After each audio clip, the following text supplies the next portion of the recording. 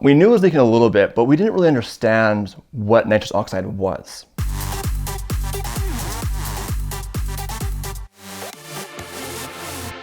Okay, so back in 2001, when I was 18 years old, I got into cars, and I started off with a Dodge Lancer, which is basically a Chrysler LeBaron.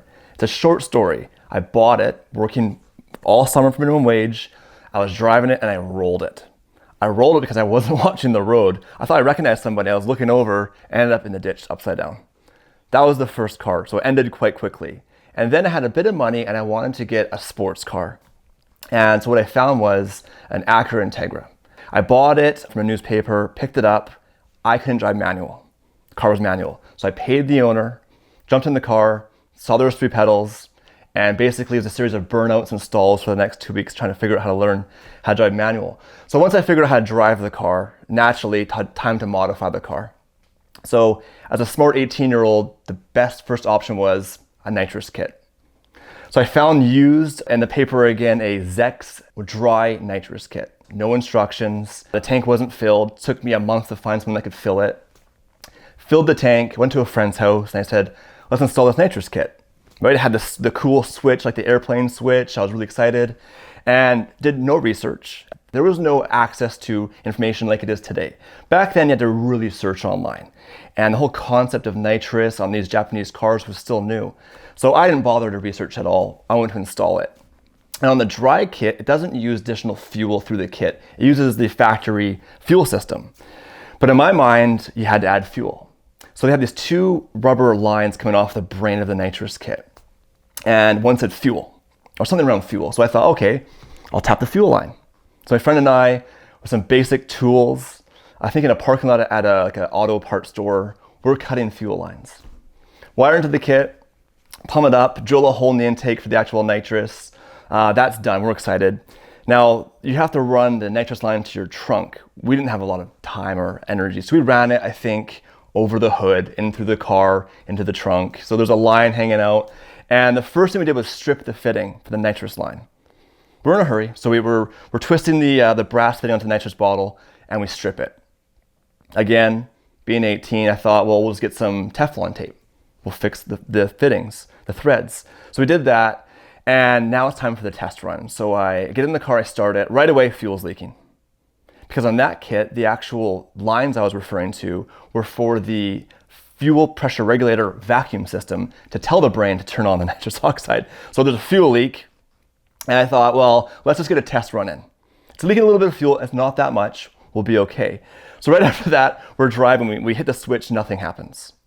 Again, it wasn't hooked up right. But what did happen was the tank started to leak in the trunk. So we're driving along, there's fuel leaking under the hood, there's nitrous in the trunk leaking, and eventually the car shut off. We knew it was leaking a little bit, but we didn't really understand what nitrous oxide was. And we were driving along and we started feeling dizzy and a little bit, my eyes were starting to get sore. And we thought that was from the fumes from the fuel. Turns out it was actually essentially poisoning from the nitrous oxide. So the next day, the car's still in the parking lot. I call the company. I got some brains fine. Okay, I'm gonna call and find out what's wrong with your kit. So the person on the phone was like, you did what? I'm like, yeah, I cut the fuel line. I wired it into the kit. I plumbed it in. No, that's for vacuum pressure. So right away, my first experience was basically almost burning a car down in my Acura Integra. So after that, I sold the kit. I took my lesson learned. Okay, this isn't right for me. And we built a turbo kit from scratch. Because back then, they didn't have what they have today, where you just buy a kit online. It was a lot more new. So we actually made an exhaust manifold, and all it did was crack from the heat constantly. So the exhaust manifold literally had a series of welds all over it, like little veins from consistently welding. So I would just continue to weld the manifold until it would stop leaking for a little while. And we actually figured out on that turbo, because it was from an Eagle Talon, I think, and there was no boost controller. But on the wastegate actuator, which controls how much exhaust goes to the turbo, you could thread it. And by just cracking the door open a little bit, get more boosts. And long story short, I blew the motor about a month later and had no more car. Just before I blew the engine, that was a short window, I was in my little town and this truck wanted to race me. And again, I think I was at 19 at that point. If someone wants to race, you're gonna race, right? Also the laws back then, we didn't have street racing laws. It was just a ticket. So at the stoplight, I'm racing this like Chevy S10. Don't ask why, but the opportunity was there. And we're flying through. We're doubling the speed limit. All of a sudden, lights flash in the mirror. And I'm like, okay, here we go. And the cop, we both got into the right lane, and the cop came us in the left lane and pointed to pull over. Got between us. So it's me, the cop now, and the truck in front of the cop. And we're pulling over, and I saw a side street. And I thought, could I pretend I didn't know what he meant? Yes. Pull off on the side street, I'm flying. I found an underground parking lot, park the car, get out. Here's the challenge. I live in a town of 8,000 people. I had a black Acura Integra with a big wing, big silver wing that didn't fit the car properly, that was installed wrong, like a Senna wing. It was just way over the top. So as a result, people knew the car. So I left the car for 3 days, walked around, thought I got away with murder. I'm at a donut shop about a week later, and I'm sitting there with my friends, cars in the parking lot, and a cop walks in who I knew. I says, "Hey, Dave." I said, "Hey, how's it going?" He goes, "I know that was you." Yep. I was alone in the car. I know it was you. Don't do it again. I was like, do I admit it? Is this a trap? Nah, he was just being really friendly. And I got away with it. Looking back now as an adult, running from the police was never advisable. So we had this apartment. I had 3 friends living there, and the rent was $400 a month. And we actually had a storage closet downstairs. We rented out for $200 to a friend to live in. That's a whole other story. But picture this apartment where in the kitchen we had an engine stand with an old engine being taken apart. The living room was also car part and accessories. The whole apartment was literally just an auto body shop. And we would fix the cars. We actually got evicted because there was a common storage area. We converted into a shop. So we would pick the lock, put our tools in there. We had cabinets. We actually had customer cars in the driveway. We were doing clutches. We were doing engine swaps at this 4-plex we rented. And our eviction notice said turned apartment into an auto mechanic shop. Just something to that effect. We got evicted. With the Integra, when I blew the engine, I found somebody who was selling one from a newer model. I put it in the car, and I actually made like $3,000 off of it somehow. It had Mazda 323 wheels painted gold. It had a new motor in it, and I sold the car before the engine was put into it. So the buyer came to see the car, and it had the big wing, had carbon fiber canards, gold wheels, and I pre-sold the car for $3,000 more than I paid for it. Finished the car and sold it. I don't know how. And I hope it worked out for the buyer. That car, I got my first ever ticket in it.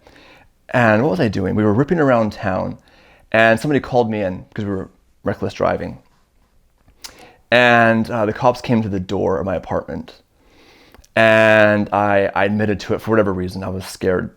I admitted to the ticket, and I got charged with reckless driving. Reckless driving, which is like obviously the highest level of speeding or whatever you can get. And the ticket was like $800. And this is like 20 years ago. There was like 6 points. At 9 points, you lose your license. So I went to court, and the judge asked me, like, what were you doing? And I can't remember what my excuse was. I think I saw an animal and I was swerving. And the cop was there and actually started laughing at me. And the judge just said, "Do you want the ticket?" I'm like, "Yeah, I'll take the ticket," and I paid it. I didn't plan out my conversation. I just walked in hoping they wouldn't show up. When I think back to those times, it was so fun because I was literally, I was 18. I moved out right away after high school. I worked at Pizza Hut for minimum wage. I was so broke. So every little thing I could afford to do to that car was amazing. And even though the Nitrous kit never actually worked, the fact is I had a kit. I had the tank mounted in a cool angle in my trunk. The switch was drilled into my dash. And it just felt really special having that experience. And with the turbo kit, it always leaked. There's boost leaks. I used exhaust pipe. I went to a garage and bought just bends of like exhaust pipe. And I made my own charge pipes. The intercooler I got from an auto wrecker. And it was rough, but it made the turbo noises. It made a blow-off valve noise. It made spooling noises. I don't know if it's any faster in the end because of all the leaks, but it was a turbo kit. And like I said, back then, that was a very exciting new thing. And a funny story, in that car, that Acura Integra, I took that to the premiere of the first Fast and Furious movie. And when I left the parking lot, I was so excited after watching the movie. I was running through gears and I missed a shift. I think I was supposed to go to 4th and I grabbed 2nd and bounce off the rev limiter. And after that, I was burning oil, and it turns out I blew the valve guides. And I spent $800. And at that time, I was probably making $500 a month. Spent $800 rebuilding the top of the engine. Back when I was 18, I always wanted to get an Integra Type R, a real one. And I was fortunate enough, about 5 years later, I purchased a 2001 championship white Integra Type R. And at that point, I was now the manager at Pizza Hut. And I was making a little bit more money. And I remember when I bought it, it was my first experience in almost like what you would call a special car. I think they made 1,600 that year. There was no soundproofing. It was raw. And at the time, for me, it was really fast. It had the really aggressive VTEC, so it started screaming at you. And I had the car, I think I had it for 4 months, because at the time, I couldn't afford it. I got the loan somehow. And after payments and insurance, I could literally not put fuel in it. So I made it, I think, for 6 months and had to sell it. On the first Integra I had, I wanted to get rims for it. I wanted 18-inch Motegas, the heaviest, craziest wheels. The car wasn't lowered. So I went to the bank and I applied for a loan for rims. I kid you not, I went to the credit union and I said, I want a loan for $3,000. I owned the car outright, so I had some collateral, so to speak, they could leverage. And the bank person was like, you want to get a loan for rims? I'm like, yeah, they're Motegas. They're expensive. So I literally had, my payment was like $200 a month for wheels from my car. Luckily, because I had the credit established, when I sold the car, paid off the loan, went back and I said, I need money for an Integra Type R. And at the time, I think I paid 26,000 Canadian for it. And it was a low mild, mint Integra Type R. And like I said, the loan was so high, I couldn't afford to keep it. But some of my fondest memories were in that Type R. It was my first experience in a car that was something I'd always hoped for and that was special. And I wish I kept it. So when I see those cars today, I still think that's an amazing vehicle. At Dollar Shave Club, you're always in control. Simply choose the delivery dates and frequency that suits your schedule so you don't run out. Get a shave, shower, or oral care starter set for just $5 at dollarshaveclub.com.